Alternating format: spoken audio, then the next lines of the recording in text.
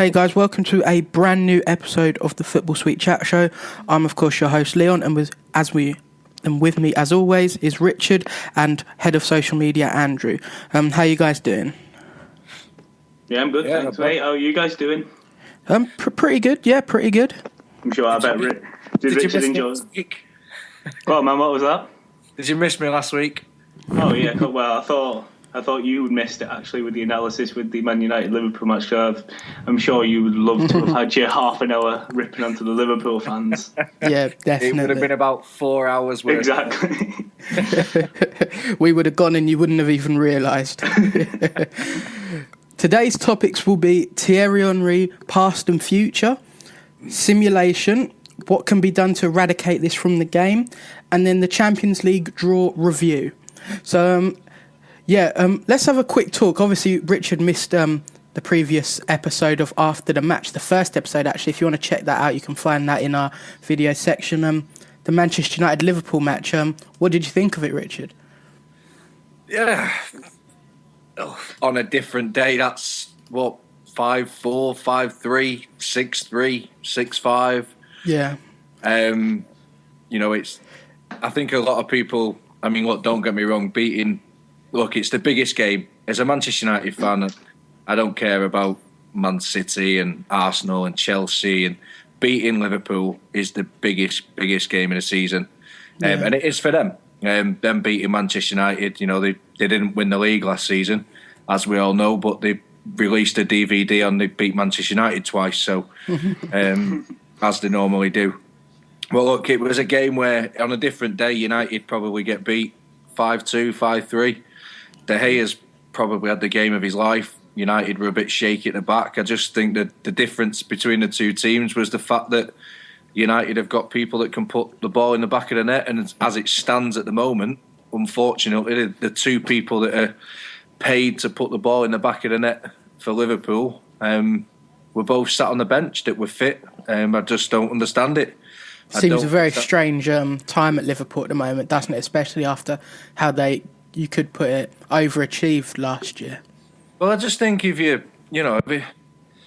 go into Old Trafford, and let's be perfectly honest with you, Old Trafford's not been the place it has been for the last however many years. And you went there last season and, they turned United over and easily could have been 4 or 5-0. I know Gerrard missed the third penalty and there was a few chances. But to go to Old Trafford and first of all change your goalkeeper to bring somebody in that's not played for however many seasons, 2 seasons or whatever it's been that he's played a game, and to start with both your recognised fit strikers on the bench, it was just a negative. It was a negative team. It was a negative formation, and it probably gave United hope. To look at the team sheet before the game and see that there wasn't a recognised striker on the field for the first 45 minutes, it must have been a case for United thinking, well, we can get at these and we can get a couple of goals, then there's no way back for him. And it was exactly what happened. There was no way back. United took the lead. Second goal.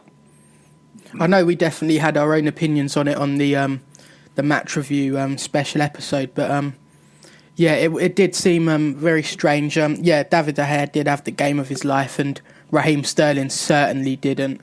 And there seems to be, ever since the whole England fiasco, he seems to have really changed as a player. Well, is it right that he's? I think Paul Ince was on Talk Sport. I think it was Monday or Tuesday. And is it right that he's not scored a goal for 26, 27 games in all competitions, including England and cup games, and obviously until Wednesday night, obviously. Yeah. But a player of his talent, and don't get me wrong, he's a young player, but if his talent, he should be. He could have had an hat-trick against United, and how he's not scored when he's one-on-one with De Gea, I don't know. The goalkeeper, don't get me wrong, it's a great save and it's world-class, but the goalkeeper shouldn't stand a chance there. In my opinion, he shouldn't even be able to save that shot. He should have been, if Liverpool score there, it's a different game. In all fairness to Raheem Sterling, though, he probably is tired. It was coming. But yeah, let's get on to the next topic. A topic I know Andrew will want to have his own sort of speech about. Thierry Henry, past and future. Take us away, Andrew. I'm obviously not going to do the guy justice as a footballer. He is, as far as in Arsenal's terms, he is the king. I mean, how many players do you know get a statue revealed before they retire as a footballer? He came back. He did the goal against Leeds. He did all this amazing stuff. I mean, obviously, like Thierry Henry was one of those players. I don't want to speak for you two, but like other fans like loved him. If you see what I mean, do you agree with that? I hated him. I despised him. If you take away Thierry Henry from Arsenal, then I've got a lot of respect for him. But as a player, there's no doubt you love him. Like, yeah, that's amazing. But like you can look at a lot of Arsenal players and think he was amazing, but he's Arsenal player, so yeah. But no, he was amazing. So good. He was, and that's why as a United fan you hated him. Yeah. You know, the goal he scored at Highbury against Manchester United, where he flicked it up and hit it off the volley. I tried for years to say that he miskicked it. He didn't. Yeah, no. He didn't. He was absolutely top draw. But and also, I think he was such a role model to people growing up. You know, you hear bad things about all footballers, but he was never one of these people like falling out of nightclubs. You know, in the papers constantly. But you know, he held his like his own like self-respect. His handball though against Ireland will probably go down in history, won't it? Let's be honest. I'll never forgive him for that, especially being an Ireland fan. Caught it and threw it in the net. Oh God, what a horrible thing! But no, you look back at his career and it's nothing but glory, really, isn't it? Apart from, you know, I think he would have loved to have won the Champions League that year with Arsenal, but you know, not everything can happen like that. You know, sometimes it's just not destined to go that way. He went to a big club and won it though, didn't he? So he was all right there. No, but no fairness, like that is true though. The fact that like Thierry Henry, you can look, that's the type of career he had though. That's the point. Is we go, he didn't win the Champions League there, but then he went on to another club and won it there. It's like what you're saying, Leon. The sense of success just comes in so much when you talk of his career, and I think that's why you do have to look at him. And just over the past, from Monaco onwards, it was just amazing, wasn't it? Oh, definitely. And you'd be surprised though, really, because I mean, I know he didn't have the best of times at Juventus, and he didn't really get utilised that much. He was more like a left wing back, wasn't he, when he was at Juventus, when he went from Monaco. But you know, you look at his goal scoring record, and it's not that, you know, prolific apart from at Arsenal. Yeah. You know, apart from at Arsenal, where he practically scored every single game. I can't remember a time when Thierry Henry played he didn't score. But I think that's kind of hindered him a little bit. But I think a lot of people don't realise that, you know, the lad wasn't a striker. You know, and I think Arsene Wenger's got to take a lot of credit.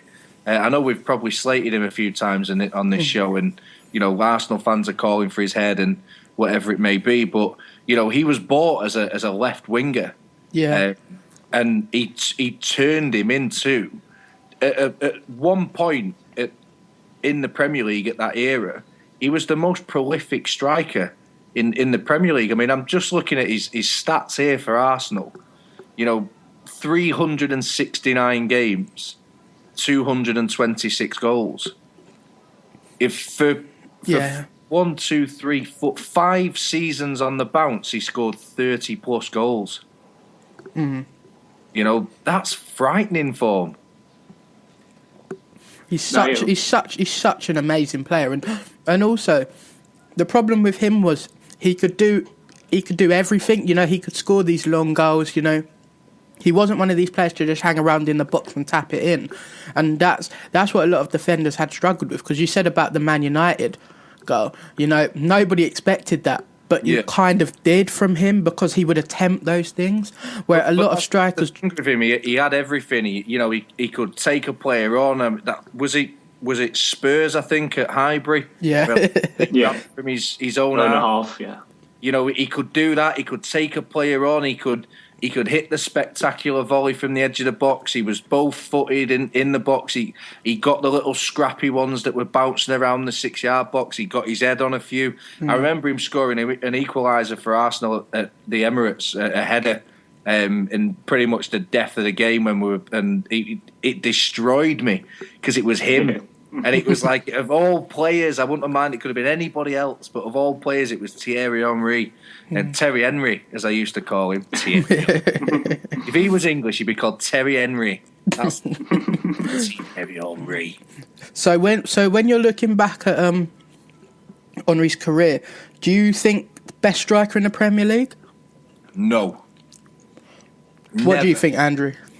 I think I agree which Richard actually is saying no, because like the problem is when you look at strikers, it's quite tough because if you say Henry's the best striker in the Premier League, you can't really say that because people ahead of him have scored more goals, if you see what I mean, as strikers. The best striker in the Premier League is Alan Shearer, without a shadow of a doubt. But if you put him in the top 5, it's a definite. But it shows you how tight it really is, don't you think? I mean, just to answer the question of best striker in the Premier League of all time for me is for Alan Shearer. The main reason why, not his goals, because he scored the most goals. The fact is that the lad was out injured on more than one occasion for a long period of time with knee injuries. And to be the leading goal scorer in the Premier League, when he probably, I mean, I'm not too sure how many he missed, but probably missed a season and a half, maybe 2 seasons with injuries in totals of games that he missed. Yeah. If you think if he wasn't injured and the amount of goals he scored when he was playing and he missed a season and a half, 2 seasons, give or take a few games with injury, can you imagine how many goals Alan Shearer would have scored? And also, I could just put, and I don't know if you guys agree with this, maybe you don't, Andrew, but when you look at Shearer, you know, he was okay. He won the league with Blackburn, but he was never surrounded by the best players in the Premiership, and he done so well. Stuart Ripley, Colin Hendry, Tim Flowers, Tim Sherwood, the world beaters, Mike Newell. God, I might have to Google some of these, but I'm showing my age there, aren't I? Just reeling them off he is.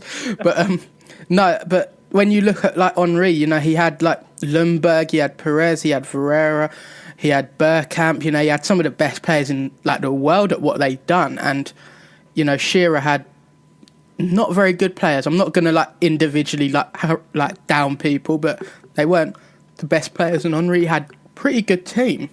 Shearer had David Batty behind him. Andrew, you take over. I completely see to the point what you're saying, but the only counter I'd put across is, for example, the goal you provided, the Tottenham goal at Highbury. Henry doesn't play 14 1-2s and everything. He gets the ball and runs at that defence and scores. If you see what I mean, the Madrid goal, he gets the ball, runs at the defence and scores. There's no solo effort. Exactly, it's a true striker's goal. He gets the ball. I'm going to score this goal, like what we're seeing with Aguero doing a lot of this season, kind of getting the ball and running at defenders. And I think that is what made him such a great striker, because he had exactly your point. He had those team players around him.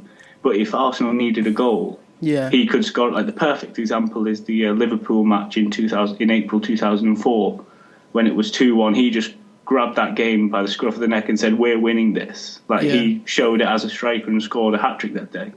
And like I said, that just showed how perfect he was as a striker. Yeah, definitely. And also, I'll go back to a point you made earlier. You know, he didn't score as many goals, but then Shearer spent his whole career in the Premier League, where Henry was, like you said, 5 years on the bounce, you know? Yeah, I mean, look, five years on the bounce. I mean, from season 2001-2002, 32 goals in 49 games. The season after, 32 goals, 55 games. Season after, 39 goals, 51 games. The season after, 30 goals, 42 games. The season after that, 33 goals in 45 games. You can't argue with that, To hit 30-plus goals as a striker for 5 seasons on the bounce, you can't complain with that, to be fair. And I think that's the kind of measure that a lot of people put on strikers these days, and it's the same, Wayne Rooney doesn't score 30 goals a season. I think a lot of strikers these days, the way that strikers play now is if they get 20-plus goals a season, they're doing a good job. Whereas back then, it was all...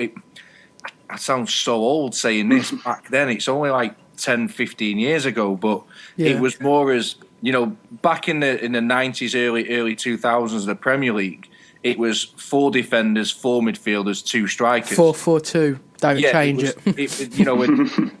And the strikers were strikers and the midfielders were midfielders. Well, that's the thing. You had goal scorers, didn't you? And the midfielders were midfielders. Now, exactly. It's like you got a midfielder who likes to play attacking or he likes to play a defensive winger. It's just like, no, that's not how it was.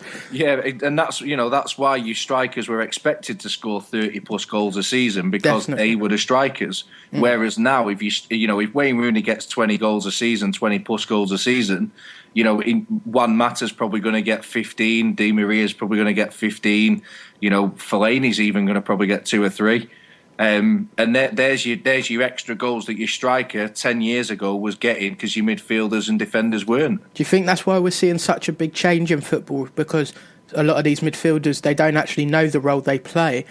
Previously it was you're a centre midfielder and that's it. Now you're a deep lying playmaker. You're a ball winning midfielder. You're a box to box midfielder. Well, that's what I mean. You don't really have. It's like I said. I mean, it sounds like I'm going. I'm old here, but even back in the early 2000s, late 90s, it was. Your defenders were defenders. Your midfielders were your midfielders, your wingers were your wingers, and your strikers were your strikers. That was it. That's why I think it was so impressive with Henry, considering he was a winger, to be such a good goal scorer. And he'd done that role. You never used to see like Gianfranco Zola running all the way back to his own 18-yard box and defending like Wayne Rooney did, and then running back up the other end of the field to stick the ball in the back of the net. Yeah. Zola, Vialli, Andy Cole, Mark Hughes, Brian McClare. God, we're going back now, aren't we? Well, I mean, the strikers used to get to the halfway line and stop. Yeah. Once the United were defending, or Arsenal were defending, or Chelsea were defending, Paul Merson, Ian Wright, the strikers would get to the halfway line, and that's where they'd stay there. Well, that's the old thing, like you don't make a defender do a striker's job, and don't make a striker do a defender's job. Exactly, and that's why the strikers got more back then, and a lot changed, and I think a lot of it changed because more and more foreign players.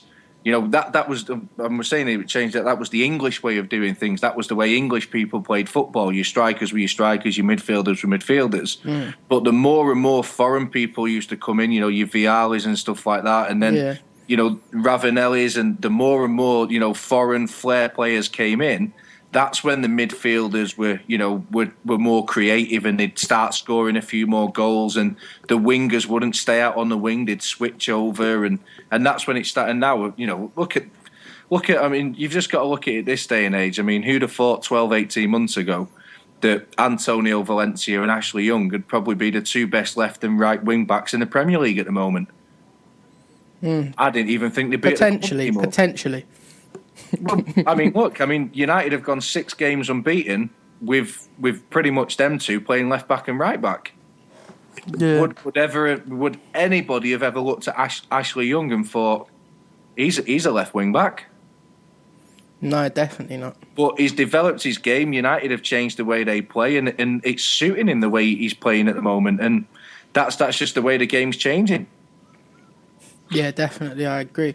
When we go into the Thierry Henry, we've looked at his past. We've talked about that. What do you think about his future? We've heard that he's joined Sky Sports. Well, it's been confirmed that he's joining Sky Sports. And what do you think of him as a pundit? After we saw him in the World Cup this year with BBC, what do you guys think? Yeah, I thought he was really good. He's done a bit with Sky as well with the Champions League. With this point as well, it's really interesting because it's kind of different what we're seeing now. As we're seeing players retiring and going straight into television. You see what I mean? Like, I remember when players were like, right, okay, I've finished, now straight into coaching. Like, over the past, 5 years, there's been more of a shift towards players retiring and saying, right, I want to go into television. I was just wondering, have you noticed that, or is it just me? No, definitely. Before it would be you sort of stay at the club and earn your badges, and then you maybe go to a different team. It seems now that it's more about analysis and stuff like that, and considering the amount of channels, even ones that we don't get to see. You see some NBC Sports and stuff like that. They'll have ex-players on there because the studios are in London.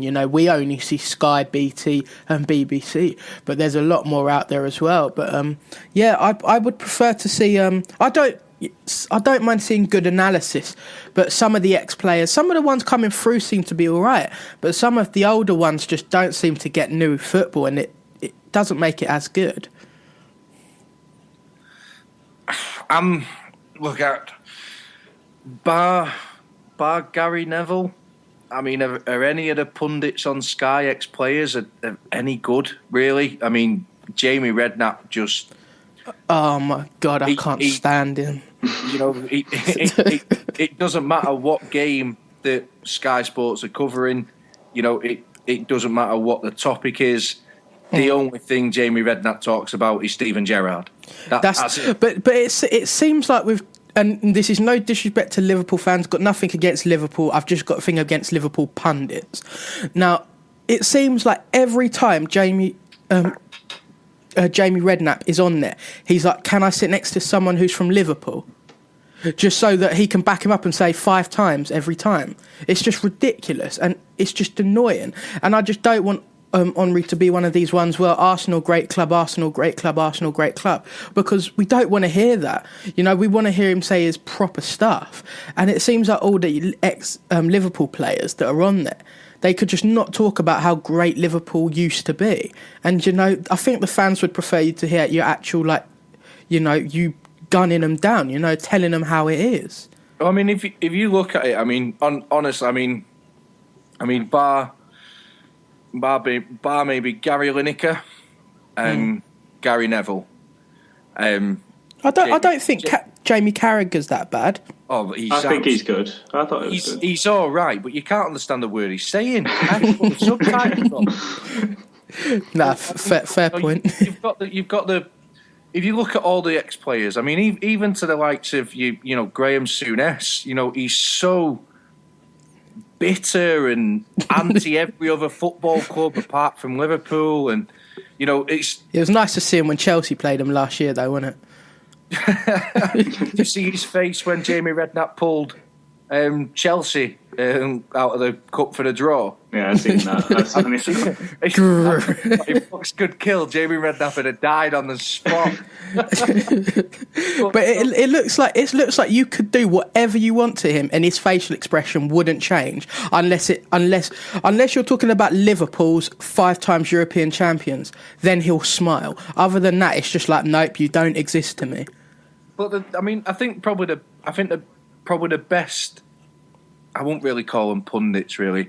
The best pundits that Sky have got, bar Gary Neville, are the ones that are on Soccer Saturday. Yeah, because they're actual natural. You look at their reactions, and they're actual football fans. Phil Thompson, every other one's impartial.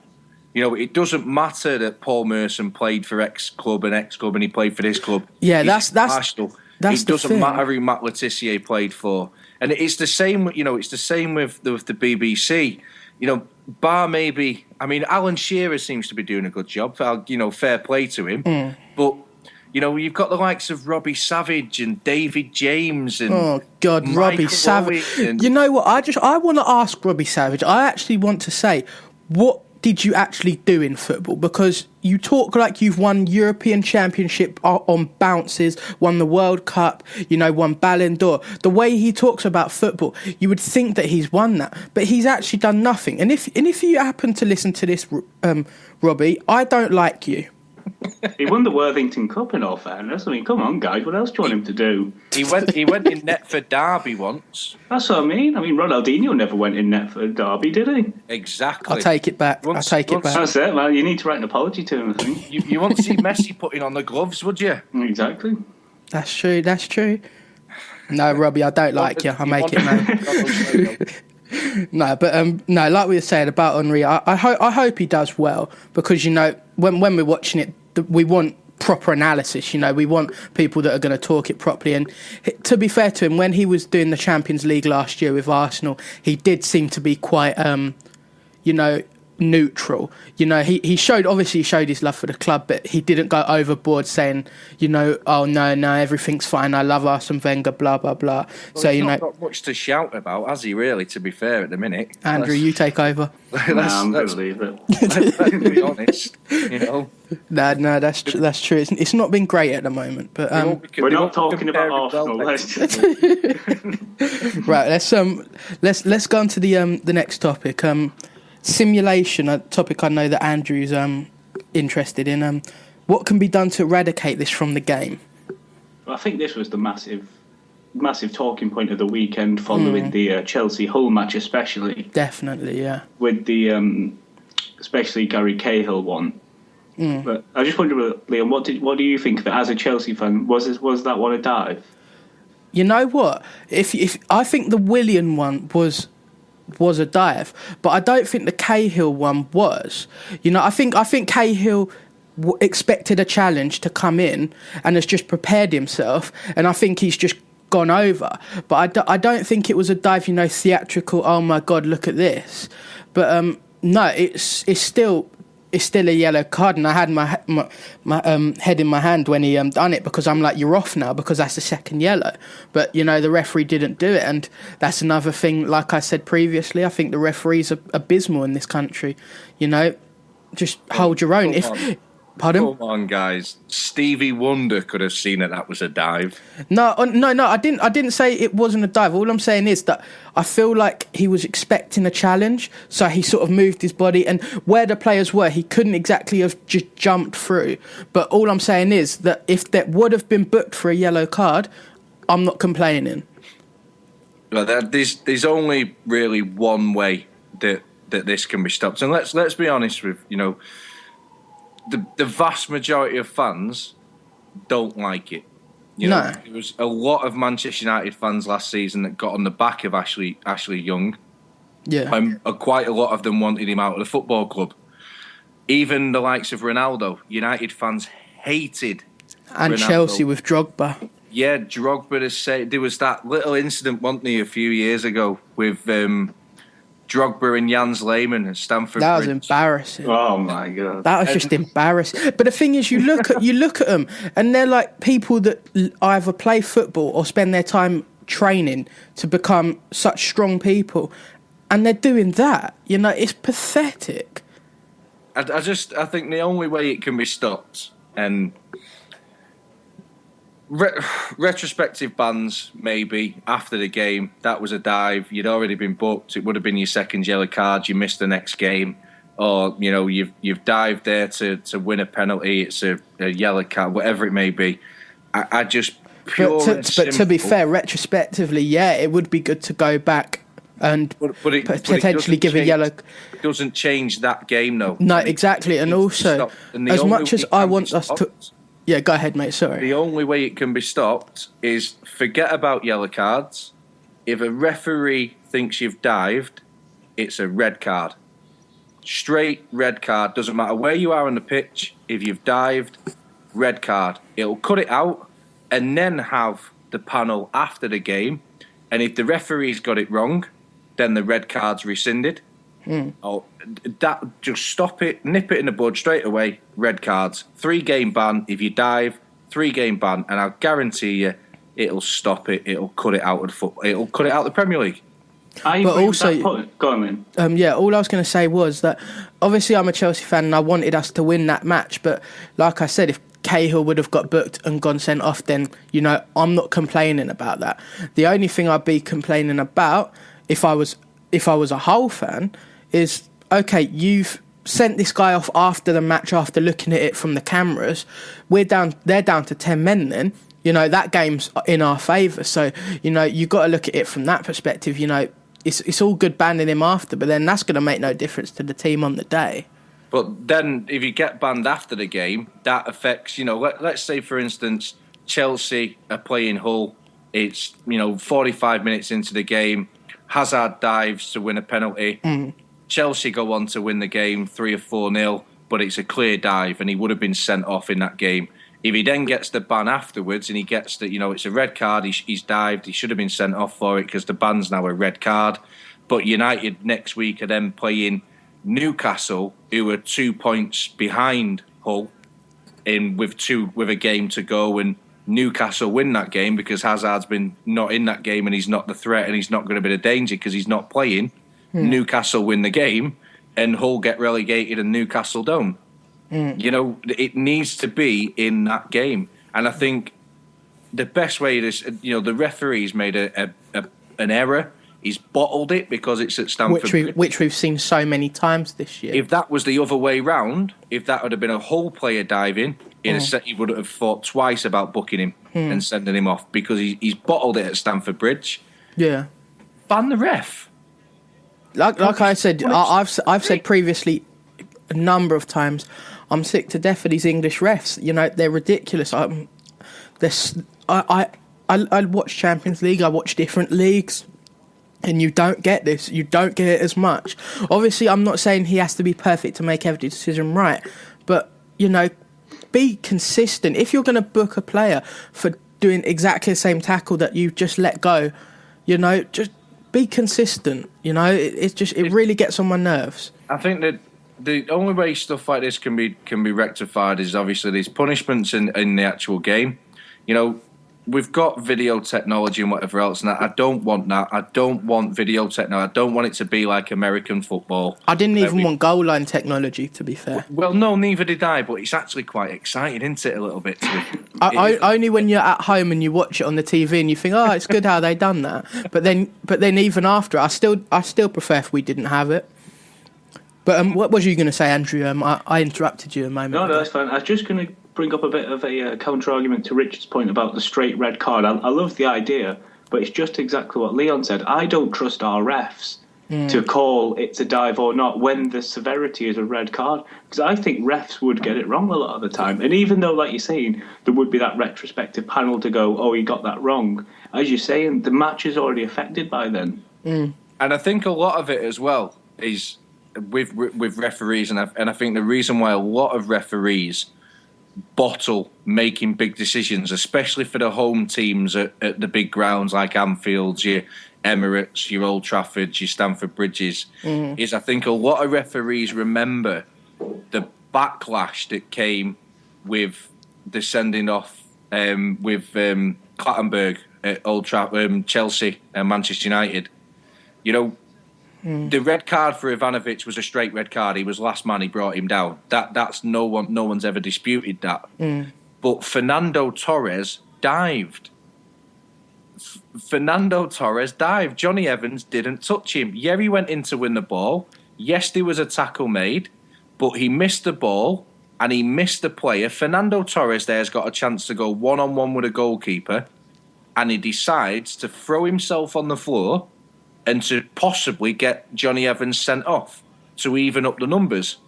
And as soon as Clattenburg was right behind it and saw that Torres wasn't touched and he dived, and he produced a second yellow card and sent him off, there was the aftermath of that for weeks and weeks. And obviously, I know there was the racist and he said he called him this, that and the other, but that all happened because Clattenburg had the guts to send somebody off for diving at Stamford Bridge or at Anfield or at Old Trafford, wherever it was. But he done it again previously at United, where a lot of United fans got very upset by the decision he made. What match was that?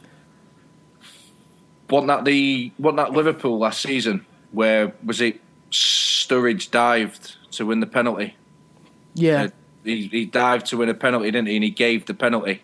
And it was a blatant dive. And I think I think a lot of this is, they need to look at this after the games, and if referees have made big decisions and they've got the big decisions wrong, then they need to be punished as well.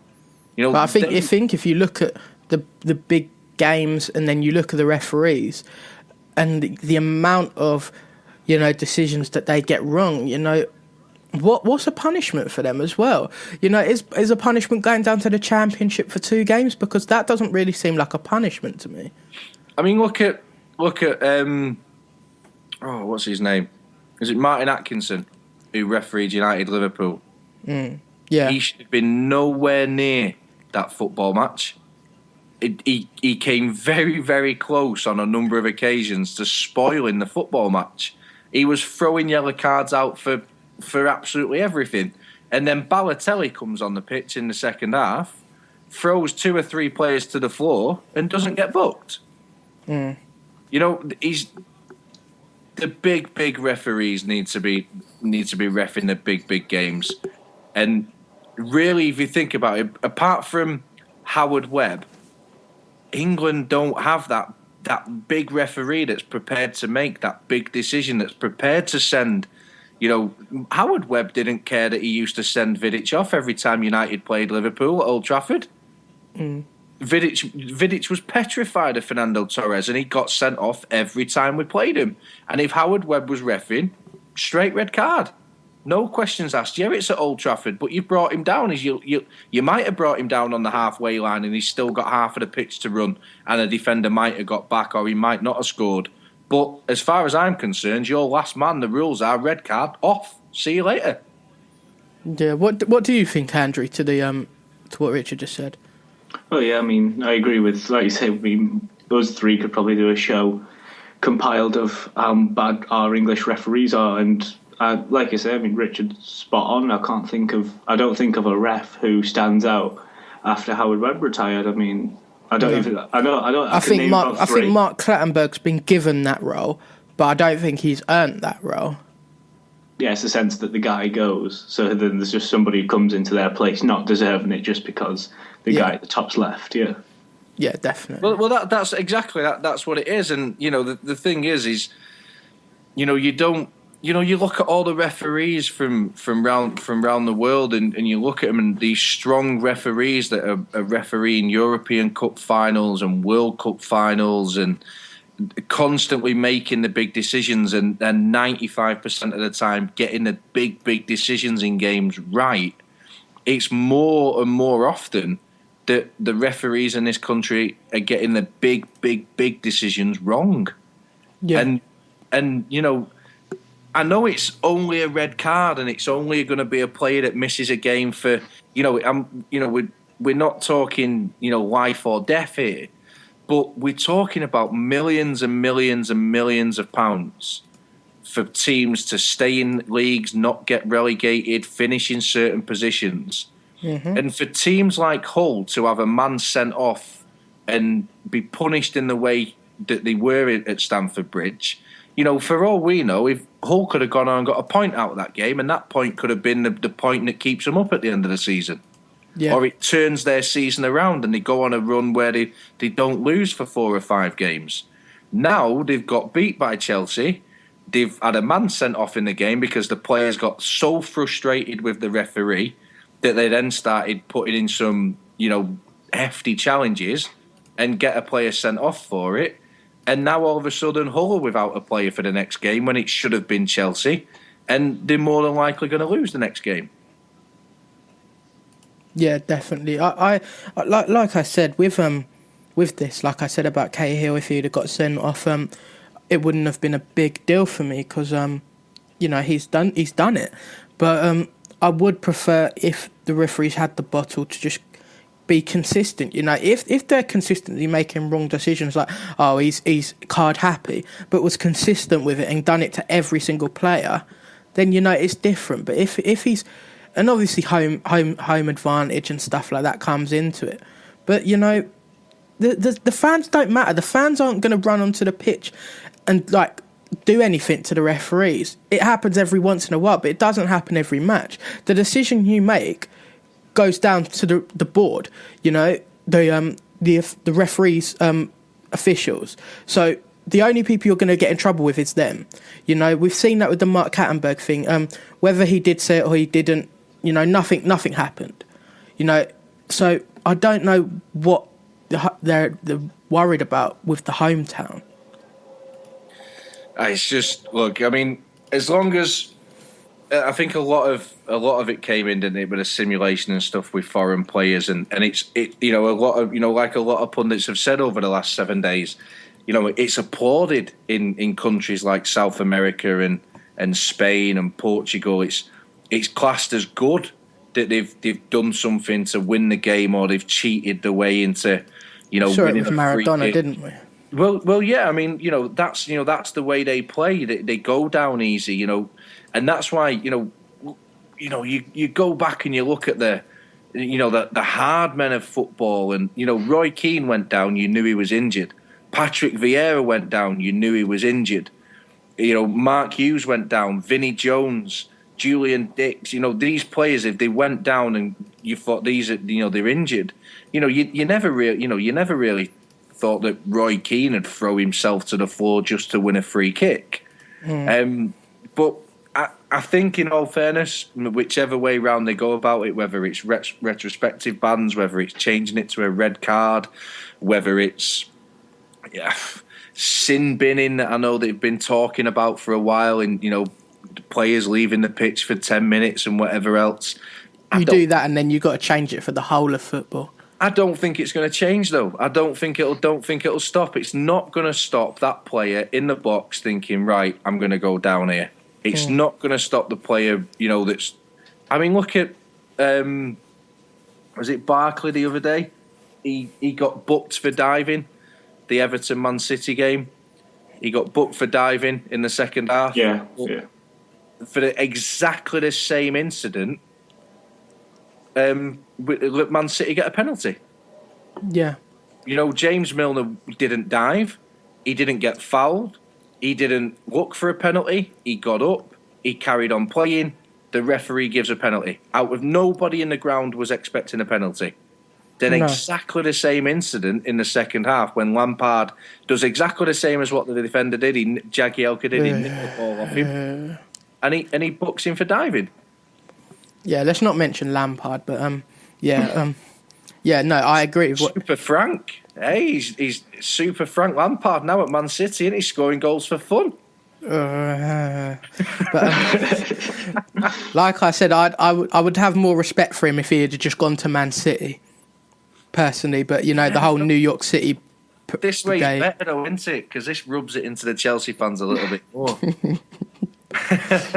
Thank you. But no, I totally agree. The only way we can do it is educating the referees, and also maybe getting some ex-pros to be referees, because they know what players are nowadays.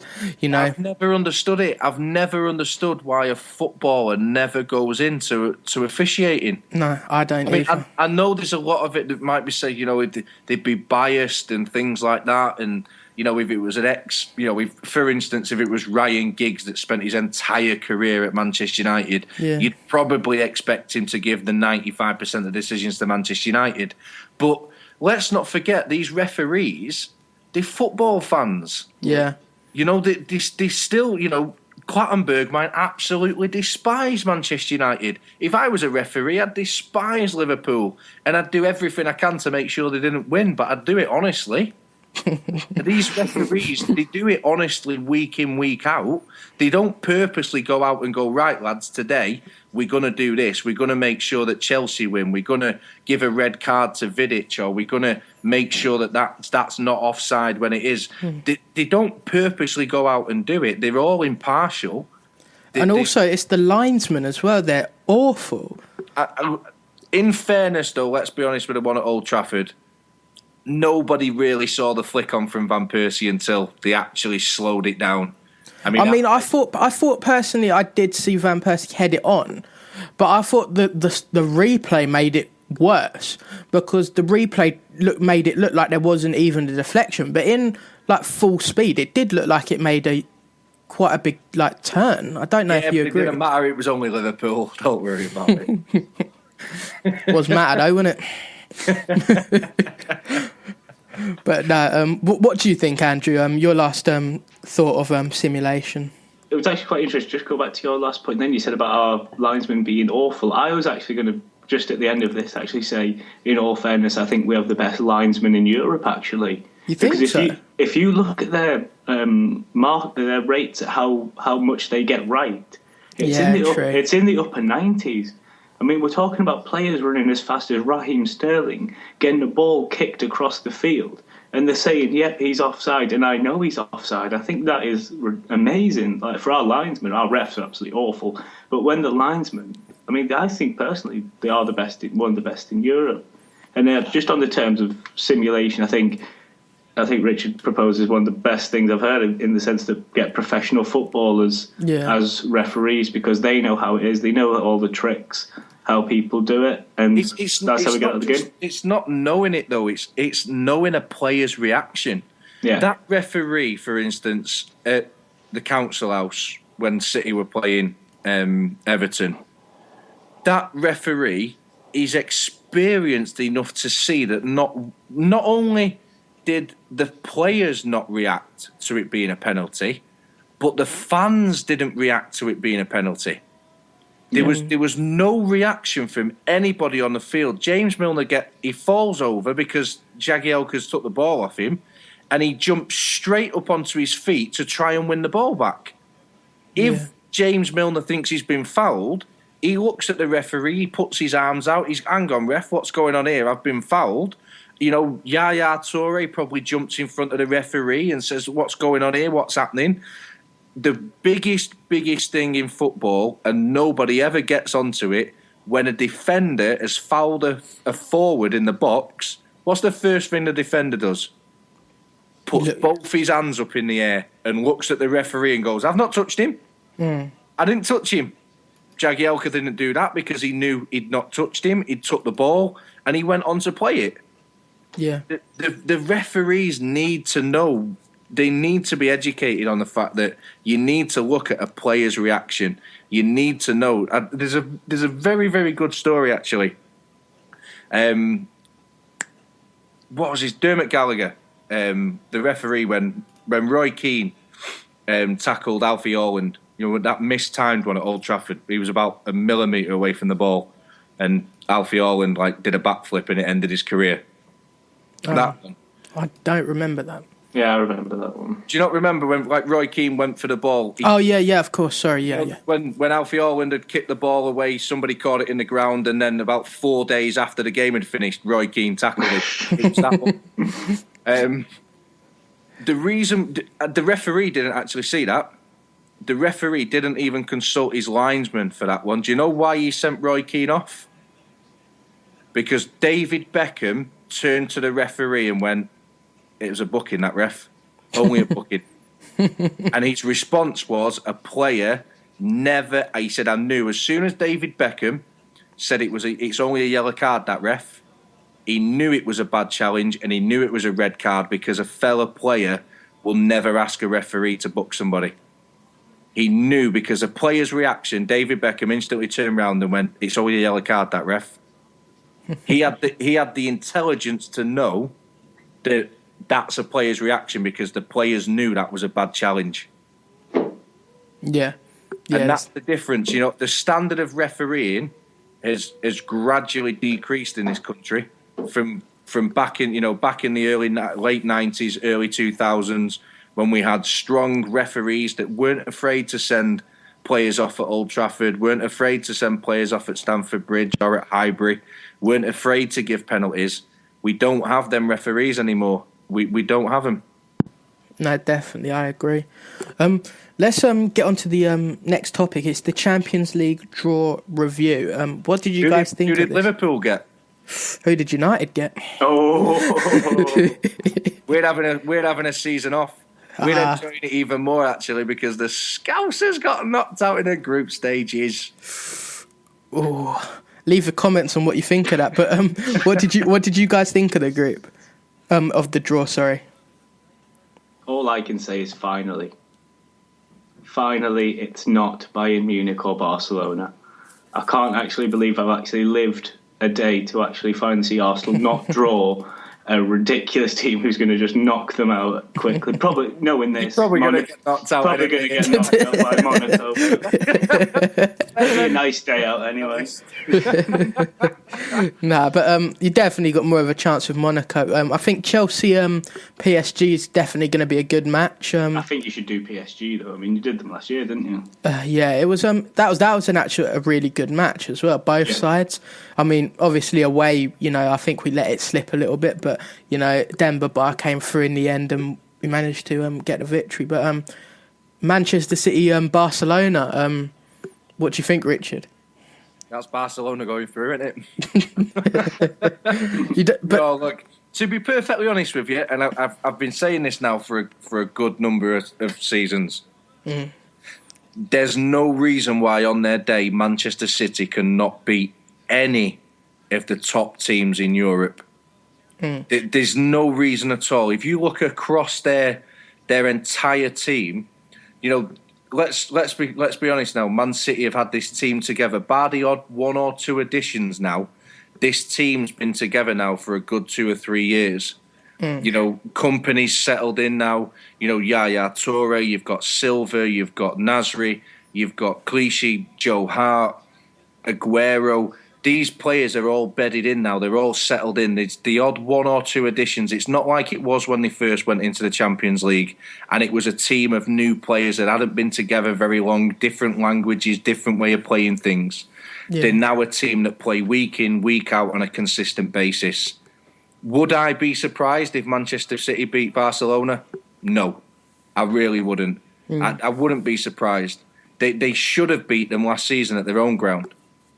Yeah. At home, Man City have got the ability to beat anybody in world football. Yeah. It's when they go away from home is when they struggle. Yeah. I think they can beat Barcelona. I really do. I think they can beat Barcelona. But I don't think they can stop Barcelona from scoring. And I just can't see them beating Barcelona at the Nou Camp. So I don't think it's going to be the game where everyone thinks it's going to be 2 or 3-0. I think at Eastlands possibly 2-1 to City, but I think at the Nou Camp I think Barcelona will beat them comfortably. Yeah, but you never know. You never know. Yeah, definitely. The next match is Bayern Leverkusen versus Atletico Madrid. What do you guys think of this one? I think that's actually quite a good draw, really. I think that's a really interesting match to watch. That's been the one that's been ignored, isn't it? The one that gets ignored, and then you find out it's actually the good match. I mean, I don't know. I think Basel Porto's not got a lot of hype.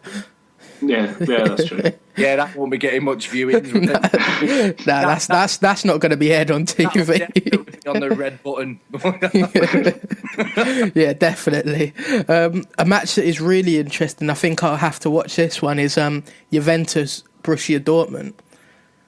That's a really interesting match, considering the only way I see Dortmund getting into this trophy, this tournament next year, is to win the trophy. Do you know what? Honest to God, I think by the time the 24th of February comes round, I don't think Dortmund will have the same manager. And I don't think they'll have a couple of the players in there. I think... Do you think Royce will go? Royce won't go because obviously he's out for quite a long lengthy period of time, isn't he? He's got another injury. I think, and that's the only reason why he'll stay. Honestly, and this is... I'm going to put my neck out on the line here. I think if Arsenal comfortably beat Liverpool at the weekend, then Rodgers is on his way out. Yeah. And I think Dortmund are still labouring round the bottom of the Bundesliga. They're definitely not going to qualify for Europe next season unless they, like you say, they win the tournament. Yeah. I think if Jurgen Klopp goes to Liverpool, that'll open the door for Matt Hummels to leave and maybe go to United. Maybe another couple of the players may move on. I think Juventus will comfortably beat Borussia Dortmund. I really do, and I don't think Dortmund are the team they once were. They're simply not. And I think it's unfair that we keep seeing this Bayern Munich stealing Dortmund's players, because they've bought one player and the other one chose to leave Borussia Dortmund. So, I think it's quite unfair to say that Bayern Munich have stole their players. But what do you think, Andrew?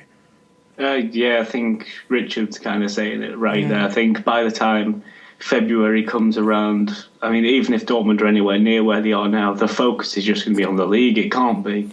It probably won't be on Champions League by then. Like I say, in all fairness, Juventus are a good side. So, I mean, I think probably over 2 legs with Dortmund's best side this season, I think you could probably safely say Juventus will go through on that one. And also, I heard Richard say that he doesn't think that Klopp will still be there. Do you think he'll get sacked, or do you think he'll move on? Honestly, I'm not a believer that Klopp will get sacked or leave. I don't think it's like that in Germany, like here. I honestly don't think he'll leave. I do agree with what you say that Brendan Rodgers will get sacked, but I don't think that Klopp. I think Klopp's got more loyalty. I think he'll probably see it from the view that he's got him into this mess. He wants to get him out. Yeah, definitely. He's one of those, Klopp, isn't he? He will finish his contract. He won't. Yeah. He doesn't want to be bought out and stuff like that. Or maybe he's waiting for the Arsenal job. We don't know. Yeah, I mean, possibly. I mean, we don't know what these people are thinking, do we? No, definitely. He can't get the Arsenal job. Arsene Wenger's going nowhere.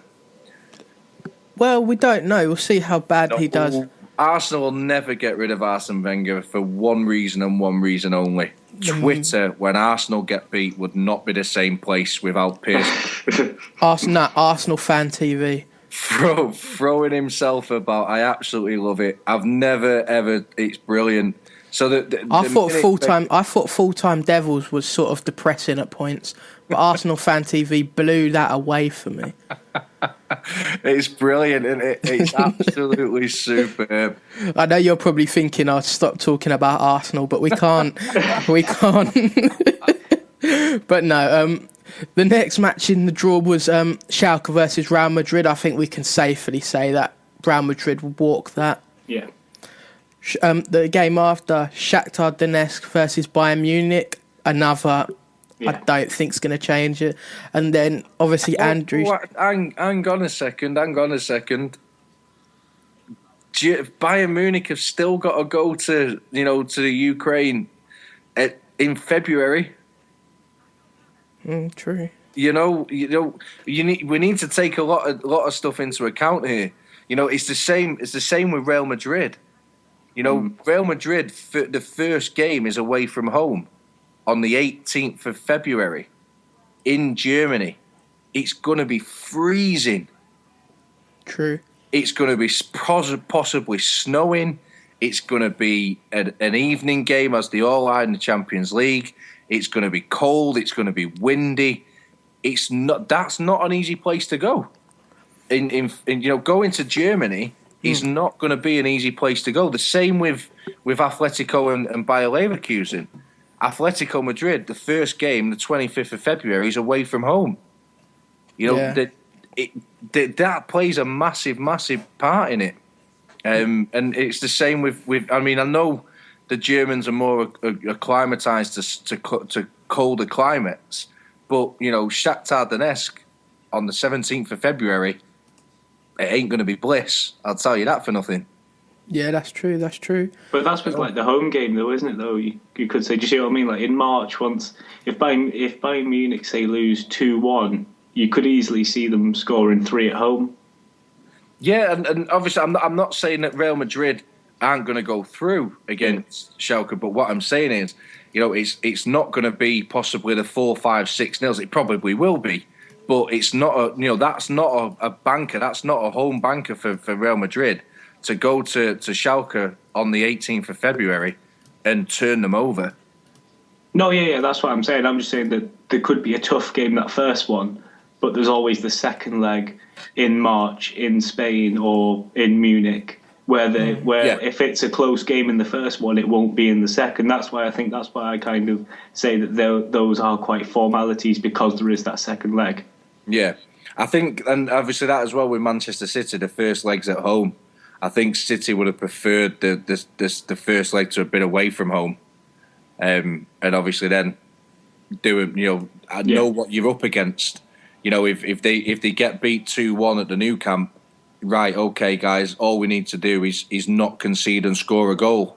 Whereas, obviously, the flip side, if Barcelona score 1 or 2 at the council house, then it's I can't help it. I can't call it Eastlands. It's not right. They don't What even council houses are there in Manchester? They're not like that in Beckton. Yeah, but they look like the Etihad Stadium. They don't even own it. It's not even theirs. Yeah. The next match we'll talk about is Arsenal Monaco. What do you think, Andrew? Easy draw or? No, you guys have convinced me now. I think they're going to get beat now. I'm all glum. Oh, you're not going to get beat with Danny Welbeck up front. I think this could actually be his thing because he was actually quite good for Man United, wasn't he, last year in the Champions League? I think this could be actually it. Could we get Danny Welbeck with the golden boot? Well, Danny Welbeck's found his niche. No, but in all seriousness, I think a lot of Arsenal fans should be cautious about it. But I think it's a winner. They're both are winnable games, really, if you think about it. Yeah, definitely. But then also you look at Monaco and they did top their group, albeit an easy group. But you got to play what's in front of you. Well, yeah, exactly. I mean, there's no easy feat finishing top of the group, as Arsenal know themselves. So I mean, you can't be taking as soon as it gets into the knockout stage. You can't be taking anyone as easy. No, definitely. I think the big thing for Arsenal, and not just in the Champions League, but I just think going forward throughout the season, is keeping Sanchez fit. Yeah, definitely. If Sanchez, look at Man City now. Aguero's out. They're going to struggle. They're not that. They've not got that player now where you think anything. That lad can do anything. Look at the goal that he scored against Dortmund in the Champions League. Yeah. It was, if Ronaldo or Messi or somebody had done that, they've been talking about it. We'd still be seeing it now. Sky Sports would still be showing it. But he's a quality player, and as long as he's in the team, Arsenal have got a chance of winning games. Yeah, I think the key is if he gets injured, then it's going to be very, very tough for Arsenal. In all fairness, though, when probably that Monaco game comes around, a lot of the Arsenal players should be back. But then, people like Walcott and Ozil. Yeah, but they should be back, but they probably won't. That's the difference. Most likely, yeah. He'll probably, Ozil will actually hurt his foot on the way to train, and then he'll realise that he's broken his Achilles tendons. As an Arsenal fan, as a football fan, I don't rate him. But if I was an Arsenal fan, I'd be furious with Ozil. He's just so frustrating. I'm not putting him in the same league as Nani here, don't get me wrong. He's just as frustrating as Nani because he's got all the ability in the world. But as a Chelsea fan, I used to hate Nani. He used to score against us every match. He just doesn't look interested, though. He just doesn't look like he's bothered. There's been one or two occasions. Was it the end of... Wasn't the start of this season. It was last season, wasn't it, when... Per Mertesacker actually had to grab him and tell him to go over to the fans, and he just walked. That was at Man City, yeah. And he just walked off, and he had to apologise the day after, didn't he, via social media? Yeah. He just doesn't look like he wants to play for the football club, and it's. I think he's probably just thinking, I don't understand why I'm getting a lot of the blame. All these other players are not doing what they should be doing, but then. As a player, you can't really say that. You just got to be with your team, and 2 years ago he was playing with Ronaldo, and now he's playing with Danny Welbeck. But that's a different story. See, I'm still saying that there's a bit of Richard that really misses Danny Welbeck. There is. We've still not done a show without talking about it. Do you know why I miss Danny Welbeck? And I do miss him. I do because he was so funny. It was comedy gold. He was like Bambi on ice. I'll tell you why. It's because he doesn't want to see a youth player who spent his whole career at United suddenly go when they hit the down point. Yeah, that's it. But I think that also, can you imagine what it must have been like on Welbeck's side? He's probably come in and Louis van Gaal's just probably gone, don't need you. And he's probably thinking, wow, Ferguson always had faith in me. I'm not sticking around here. And it probably, you never get the truth out of the transfer dealings anyway. No. But, yeah, I can tell Richard's hurt. He's hurt. Definitely. I I go to sleep every night cuddling my Danny Welbeck teddy that I've got. I can't cope. It's how could we sell a world class striker for just £60 million to Arsenal? But you know what? He's saying this, but then you've loaned out the next Paul Scholes to Aston Villa anyway. I thought you'd be... Whoa. Tom Cleverley's a different kettle of fish. He's the Spanish Iniesta. If Tom Cleverley was Spanish, he'd win the Ballon d'Or. He's world class, Tom Cleverley. World class. I think he's had a hard time. I don't think he's as bad as everyone says. He's had a hard time.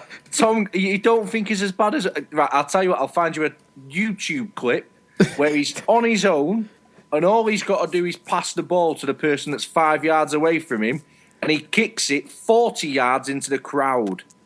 Yeah, but then I also remember the year that United won the league and he wasn't particularly bad then. But then I suppose that's the sort of Alex Ferguson factor as well. He wasn't particularly good. He's not set Villa Park on fire, has he? Better than Paul Scholes. Oh. In all fairness, though, with Tom Cleverley, when people take time out of their day to petition for you not to play for England, I think that's time when you need to give up. You Can you imagine just being him at home and then just seeing that pop up? How heartbreaking that must be.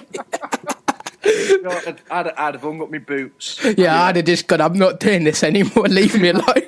That's it for me. I'm going to take up photography or something. Would be worse, he could be a steward at United. He's bad. Roy Keane went round to his house, didn't he? Oh, I've heard that, yeah. He was standing outside his house. I could just imagine. Tom Cleverley sat there in your front room playing FIFA and Roy Keane's banging on your front door.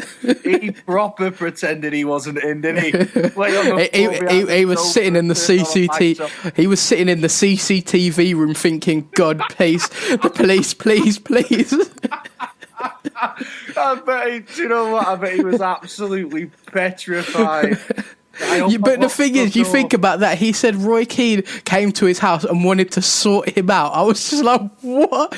Grow up, Roy. What is wrong with you? It's like, Roy, that's not how you sort things out, Roy. You don't and it's like you wonder why no one wants to employ you, Roy. But no, we'll call that an end to the show, guys. We'll have the Danny Welbeck and Tom Cleverley bashing every week from now on. But look, I'll stop slating Danny Welbeck when he scores 20 league goals in a season. That's a fair challenge. Yeah. Andrew Q, the Falcao comment. Hey, look, Falcao. Look. As far as I'm concerned, Falcao can. Doesn't make any difference to me. He's hardly played. If he scores goals, he scores goals. Next season, he goes out on loan. Back where he's got it from. He's only on loan. That's not a problem. But Danny Welbeck cost £16 million. No fair, Nick. Still better than Balotelli, though. You've already spent £3.4 million on Radamel Falcao's wages. Oh, that's because we've got loads of money. Well, fair enough, yeah. But then to be fair, money, we just don't spend it. That's the difference. But then to be fair, Danny Welbeck or Mario Balotelli? Danny Welbeck. Any day. I'd rather have a chocolate fire guard. That's it. Mario Balotelli will not be at Liverpool after next transfer window. No. You've heard it here first. He will be gone in January because he is disrupting that football club. Nobody likes him. He doesn't like it there. Come on, guys. Does anybody remember what he said about Liverpool when he was at Man City? No, I don't. No. Right. Remind us. I'm not going to tell that. I'm not going to tell you. Google it. Google Mario Balotelli's comments about Liverpool Football Club before he even joined the club, and you tell me if that player wanted to be there or not. He's not interested. He'll be gone in January. Definitely. Well, like we said, we'll end the show here, guys. Thank you for watching. If you've watched it all the way through, you're brilliant. After the match, we'll be returning. Would it be this weekend, guys? If not, it'll be Boxing Day, and then we can get things going there. Start the series up running good. I'll definitely try and get involved this weekend, but I am moving house, so cool. No worries. But no, that's going to be coming regularly. Sorry for the disruption of videos. It's just people had to work around it. But it's coming back to regular schedule. If you're interested in being part of the show, please leave a comment and follow us on Twitter. Andrew will always be on that. And thank you. Thanks for listening, guys. Yeah, see you later, guys. See you later.